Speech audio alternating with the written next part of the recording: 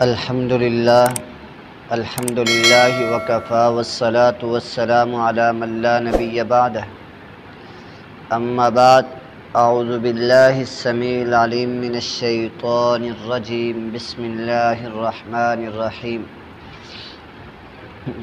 قال اللہ تبارک و تعالی فی القرآن المجید والفرقان الحمید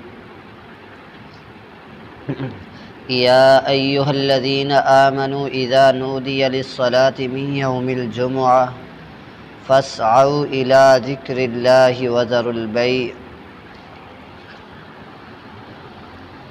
سامعین محترم، اللہ خالق کائنات اپنے قرآن کے اندر جمعہ کی فضیلت بیان کرتے ہوئے فرماتے ہیں اذا نودیا، پہلے کیا آمنو، اے ایمان والو، اذا نودیا للصلاة من یوم الجمعہ، جب تمہیں نماز جمعہ کے لیے بلایا جائے تو کیا کرو؟ فاسعوا الی ذکر اللہ، جلدی آؤ اللہ کے ذکر کی طرف، جلدی آیا کرو۔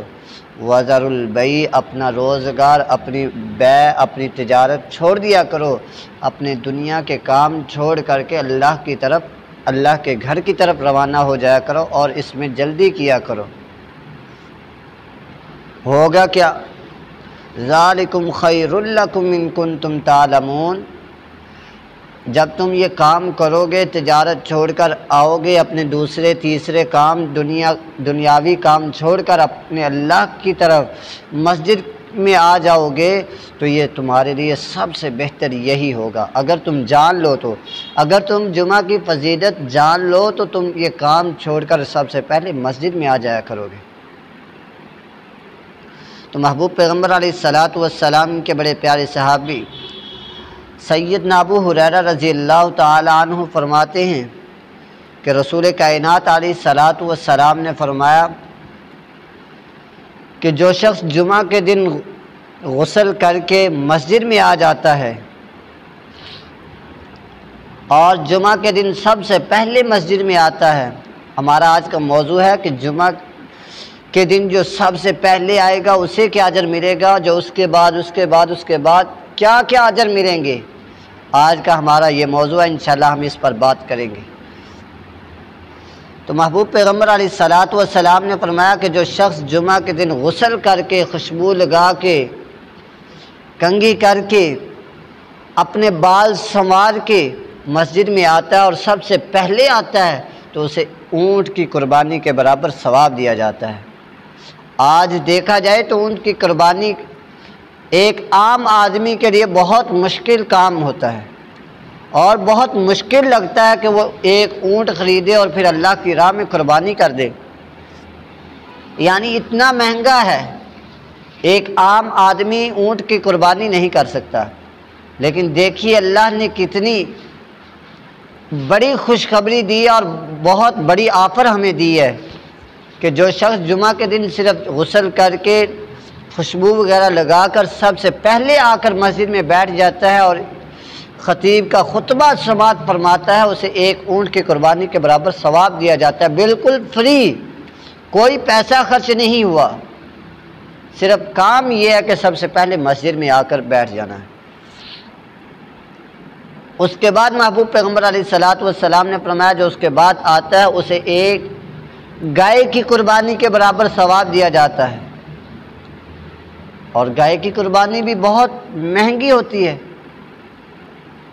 کم از کم بھی آج کے دور میں حساب لگایا جائے تو 1 لاکھ کی تو گائے آتی ہے جو سب سے کم قیمت والی گائے ہوگی، اس سے بڑھ کر تو بہت اوپر جاتی ہیں، لیکن سب سے ادنا قیمت جو کم قیمت والی گائے ہوگی وہ صرف 1 لاکھ روپے کی ہوگی، اور 1 لاکھ روپے خرچ کرنا ایک غریب آدمی کے لیے بہت مشکل کام ہے۔ جو محنت مزدوری بیچارہ کرتا ہے، صبح نکلتا ہے شام کو آتا ہے اور 1000 روپے دہاڑی لے کر، اپنی اجرت لے کر اپنے بچوں کو کھانا وغیرہ کھلاتا ہے، اس کے لیے ایک گائے کی قربانی کرنا کتنا مشکل کام ہے۔ لیکن اگر وہ یہ کام کر لیتا ہے کہ غسل کرے، خوشبو وغیرہ لگا کر تیاری کر کے خطیب صاحب کے سامنے آ کر خطبہ سماعت فرما دیتا ہے اور جمعہ کی نماز ادا کر کے پھر گھر جاتا ہے تو اسے ایک گائے کی قربانی کے برابر ثواب دیا جاتا ہے۔ اور اسی طرح جو اس کے بعد آتا ہے، محبوب پیغمبر علیہ الصلوۃ والسلام نے فرمایا کہ جو اس کے بعد آتا ہے اسے ایک مینڈے کی قربانی کے برابر ثواب دیا جاتا ہے۔ یار وہ تو ایک الگ سنت ہے، جو ہم ایک سال کے بعد مینڈے کی قربانی کرتے ہیں وہ ایک الگ ثواب ہے اور اس کا اپنا اجر ہے، لیکن یاد رکھیے ہر جمعے کے اندر، ہر ہفتے کے بعد ہم یہ اجر ثواب اور قربانی کا اجر لے سکتے ہیں۔ صرف تھوڑا سا کام یہ کرنا ہے کہ ہمیں تیاری کر کے مسجد میں آنا ہے، صرف جمعہ سماعت فرمانا اور نماز جمعہ ادا کر کے گھر چلے جانا ہے، صرف یہ کام کرنے کی وجہ سے ہمیں ایک مینڈے کی قربانی کا ثواب دیا جاتا ہے۔ اور اس کے بعد جو آئے گا اسے مرغی کی قربانی کے برابر ثواب دیا جاتا ہے، اور جو سب سے اینڈ پہ آتا ہے اسے انڈے کی۔ معلوم ہوا انڈے کی بھی قربانی دی جا سکتی ہے، لیکن جب امام خطبہ دینے کے لیے کھڑا ہو جاتا ہے، امام خطبہ شروع کرتا ہے تو فرشتے اپنے رجسٹر بند کر لیتے ہیں اور رجسٹر بند کر کے امام صاحب کا، خطیب صاحب کا خطبہ سماعت فرماتے ہیں۔ تو ہمیں چاہیے کہ فرشتوں کے خطبہ رجسٹر بند کرنے سے پہلے ہم مسجد میں آ جایا کریں، تاکہ ہمارا بھی ان قربانیوں میں نام لکھ دیا جائے جس کا محبوب پیغمبر علیہ الصلوۃ والسلام نے ارشاد فرمایا کہ جو شخص جمعہ کے دن نماز جمعہ کے لیے آتا ہے تو اسے یہ اجر دیا جائے گا۔ تو اللہ تعالیٰ سے دعا ہے کہ اللہ ہمیں بھی یہ اجر سمیٹنے کی توفیق نصیب فرمائے اور یہ قربانیاں لینے کی توفیق نصیب فرمائے۔ ایک اور حدیث مبارکہ آپ کے سامنے رکھتا چلوں۔ محبوب پیغمبر علیہ الصلوۃ والسلام کے صحابی جلیل القدر صحابی ہیں سیدنا عمر بن خطاب رضی اللہ تعالی عنہ۔ جانتے ہیں آپ ان کی شخصیت کو، کتنے جلیل القدر صحابی رسول ہیں۔ محبوب پیغمبر علیہ الصلوۃ والسلام کی یہ صحابی جمعہ کے دن خطبہ دے رہے ہیں اور ایک بزرگ لیٹ آتے ہیں تھوڑا سا، اور یہ حضرت عمر بن خطاب رضی اللہ تعالیٰ عنہ ممبر پر کھڑے ہو کر پوچھتے ہیں آپ اتنا لیٹ کیوں آتے ہیں؟ اور وہ بزرگ کون ہے؟ وہ بھی کسی تعارف کے محتاج نہیں، سیدنا عثمان غنی رضی اللہ تعالیٰ عنہ۔